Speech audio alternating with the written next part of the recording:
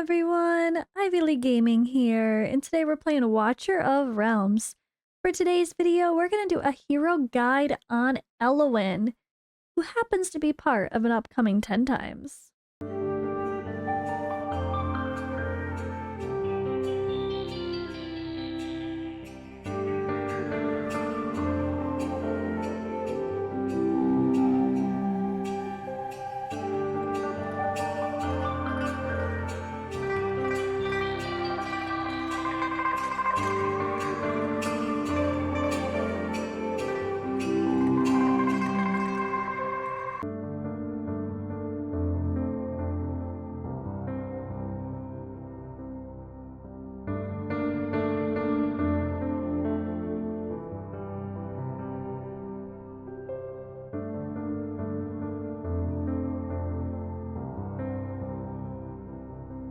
So I think this lovely lady has been considered one of the best, if not the best healer in the game for quite a while now.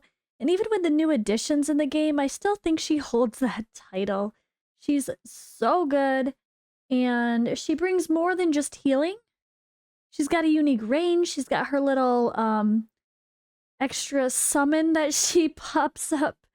But yeah, we're gonna go through and talk about her kit. I have her Awaken 2. I use her everywhere except Guild Boss, although she's amazing for it.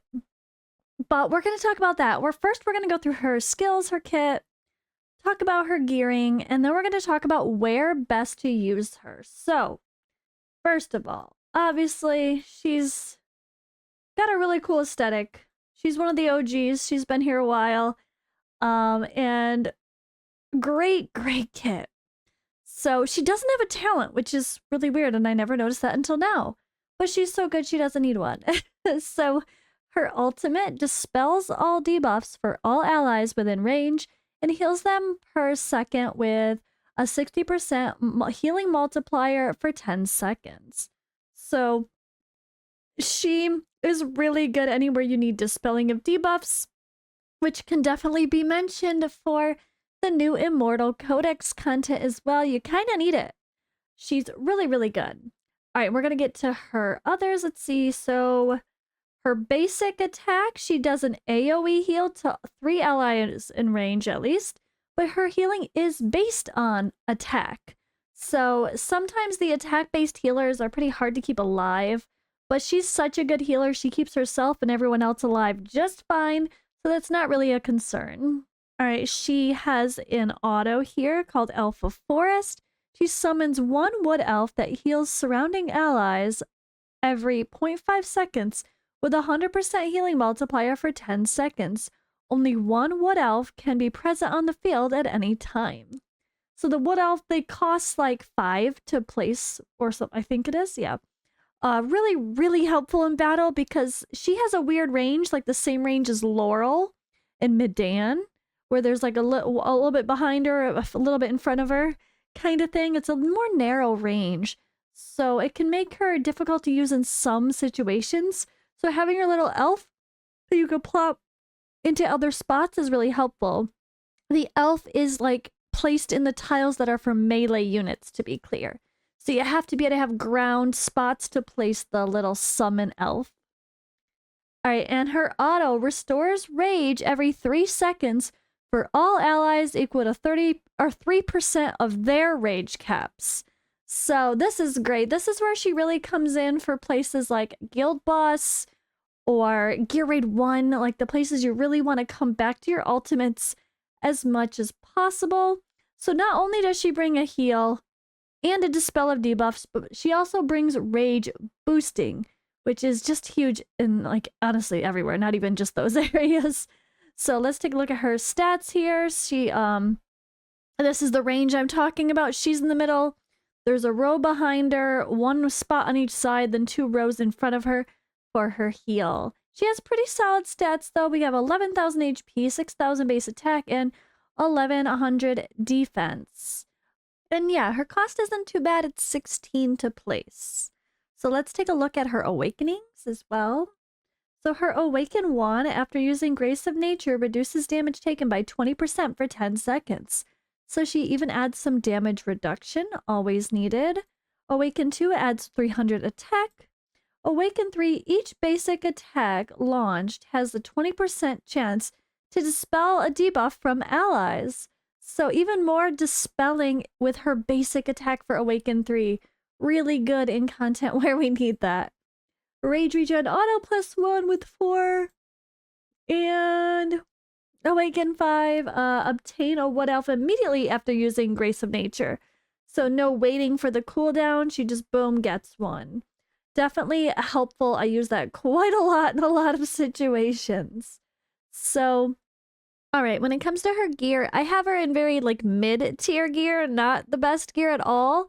Ideally, she should be in Invigoration. This is the set she should be in, but because I'm not using her in my guild boss runs, I'm actually using her in kind of the secondary stuff instead. But Invigoration is definitely her best set. It's going to help her grant an ally in range extra bonus 10% attack. So that can be helpful everywhere, of course. The more people in Invigoration, the better. And yeah, I would say when it comes to her, I'd probably put her in very similar to, I don't want to say, no, my Hollow. Her and Hollow are going to be kind of the examples of who to kind of, I don't know, share gear with, because they're both going to need the same things. They're both attack-based healers and they both rage regen. So like this is probably what I would do for her with Hollow. I would care less about, well, I'd probably give her a little more healing effects so she doesn't lose so much. But I've got more than enough attack speed. She doesn't need that much. And this is way more attack. So this is kind of the set I would put on ELOWYN ideally. We would go with attack speed and attack percentage for the 2-piece set with a Warlord set, and we would go in Invigoration. But if you're not farming that gear yet, you're probably going to be looking at the healing effect set or Calamity, which is just the attack percentage set. In this game, the actual multiplier is better than focusing a ton of healing effect. You really only need to cap your healing effect at like 100. Otherwise, you just get diminishing returns. Same thing with Rage Regen. It can really have diminishing returns. Anywhere between 40 and 60% Rage Regen is kind of ideal. You don't really need to go any higher when it comes to Rage Regen, or again, you have diminishing returns. So I have her pretty perfect here stat-wise, though. I do have a ton of attack speed because I happen to have this attack speed weird random piece of gear on her, but again, she's kind of in my like backup gear, and she's still amazing everywhere I use her, even though she's in my backup gear. But to be fair, before I go into something like Gear Raid 1, I should swap my gear and give her the Invigoration set so she could boost the attack of someone like my main DPS that are going to be doing the job, right? So I do love her, but I also am using Hollow. So keep in mind when it comes to Guild Boss, you're probably going to use Hollow instead of ELOWYN in some cases, depending on your units you're using because of the way that you're going to space them out. And I want to make sure everyone is covered with the Rage Regen. And I can't do that with her and with Laurel in the same team. They both kind of fill the same spots, and Hollow has a better range, so she is a queen bee, but don't be sad or confused if you find yourself actually needing Hollow instead of her sometimes, even though it might feel weird to take out your legendary amazing healer. But all right, so gear aside, again, so we're looking for double the attack, probably plus 200 attack speed, plus 100 for a healing effect, and plus 40 or more for the Rage Regen, I would say is safe to judge by. When it comes to the artifacts, this is going to be her best artifact, the Euphoric Orb. Increases attack speed of all heroes in range by 30% every 60 seconds, lasting for 10 seconds. So if you have her go like you place all your people, then you place her, she's going to boost everyone's attack speed, but she has to be placed after to take advantage of that. If you don't have the orb, you could also use the book here that adds extra healing effect for every ally in range as well. It's okay. They're all right, but and same thing here. Extra healing when the ally is low is helpful as well. But you really don't have to go too crazy with the healing effect itself because again, it really does have diminishing returns if you try to pump out too much healing effect. but the orb is going to be great to increase everyone else's attack speed. And then it gives her, of course, as a mythic artifact, it gives her some good base stats. So let's go ahead and talk about where we're using ELOWYN. Everywhere is the answer. Void Rift, she's going to be a top tier healer. Obviously, I don't even need to really talk about that. Arena, if you need a healer in one of the arenas, she can certainly be that. That's the given. Promotion raid, we know everyone. That's kind of simple. Guild boss is what I was talking about, where I don't personally use her, but I know I do have some, like this guy above me is using his ELOWYN. He has her again in the euphoric orb, and exactly the set I said, right? Warlord plus invigoration is ideal. He doesn't have the most perfect invigoration gear. It has terrible rolls. But look at what he's doing with his team. 50,000 blood drops, 54,000 blood drops, with an ELOWYN in there as the healer and booster. So he's making it work with his spacing. It just depends on who you're using. He's not using Laurel to boost, so that's a little bit of a different strategy. But the problem with me using Laurel to boost is that, yeah, they kind of take the same spots like I was saying. So in my case, Hollow just works better for the Hollow plus Laurel. But this makes me curious. It makes me want to try. Maybe I should do something similar and give that a try. I do have the same people. Oh gosh, it makes me tempted to try his comp. 50,000 blood drops without a Laurel cheese strap. But hey, whatever works. As you can see, Rebellion here, just about the same damage as me. Not using a Laurel cheese strap, but using Hollow where needed. Miley is always doing good, or Mile. They are also using ELOWYN with a nice euphoric orb. Healing effect a little higher than needed, but tons of attack as well. So that's really good and really solid attack speed. My attack speed's a bit of overkill, so it's not really needed. But all right, let's go into like gear raid 1. I'm just going to play my run here. I'm only on doing my 19. I was tweaking stuff to do 20 and then I just never bothered. This week I really should be doing 20. I know I can. I was really close. So here, everyone's placed. And then we're going to place see, I just placed her last. So in this side. So she's going to boost all of their attack speeds. Of course, Dolores, you cannot boost her attack speed, but hey, it's fine. We can boost Comet, we can boost Hatsa. We cannot boost Vierna's attack speed, so it's not as valuable for her either. So keep that in mind.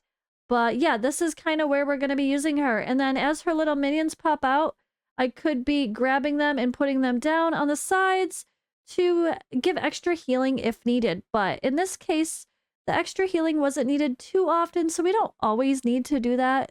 Sometimes it's fun just to give a little bit of insurance if you're a little scary. But in Gear Raid 1, it's not too bad. So Gear Raid 1, very easy, obviously. Gear Raid 2, she certainly can be used for survivability's sake as one of the main healers. Anywhere you need a healer, she's going to be good. That is what it is. It's going to be great. Of course, Gear Raid 3, depending on how you're placing your units and where you need healers, she can be a solid healer there. Definitely, literally anywhere you need a healer, you're going to have a good time with her. I would say Artifact Material Raid might be the only hard one because the spots are limited on the map. Like, if you use her, she's not going to cover very much. So for Artifact Material Raid, if you're putting a healer down, you're probably going to want to use Vortex or Hollow that have a much better range. Probably Vortex to survive the big hits from the boss because Hollow will be a little bit squishy. Faction Trials, she's really important for. Today is the Isoterrorist. Ironically, oh my god, I haven't even done the next one. This is sad. Let me just do my stage 7 just because. But here's the problem. Ready for this? So stage 10, in order to 3-star it, which will allow you to push to get the final rewards for completing all of the faction trials. You need to 3-star all of them. You need 2 healers for the Isoterrorist. Let's just talk about that for a second. The Isoterrorist, where are the blue? All right. There's only 3 healers. There's 3 healers for the Isoterrorist. Isotericus, the Isoteria order. And one of them is one that's chaotic faction and you can only pull from Ancients. The other one being Ezrin and then her. So you kind of need her and Ezrin in order to be a 3-star at all, which is really sad because there's not a single rare or epic healer that can be thrown in just to help complete this. So you literally need 2 of the 3 legendaries in the game in order to 3-star that.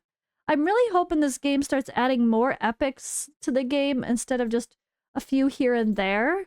They really need to add more epics and even rares, especially for tasks like that, because we shouldn't be gated upon not even the final stage of the battle to need 2 very specific legendaries as in healers for the Isoteria Order faction trials. It just doesn't make sense. So either way, if you're working on your faction trials, you kind of need an ELOWYN, or you're not going to be able to complete it. But yeah, ELOWYN is a beast. She pumps out a ton of heals. Her little summon allows you to have more flexibility to place extra healing somewhere else where maybe there's no coverage at all. So she's just an absolute solid hero. I love her. I can't imagine not having her. And if you're watching this alongside of the event coming up, she is part of the next 10 times event as well. So if you don't have an ELOWYN, this weekend is a good time to try to get one. But yeah, that's all for today's video, guys. Thank you for watching. I hope it was helpful, and I'll see you in the next video or live for our summoning party.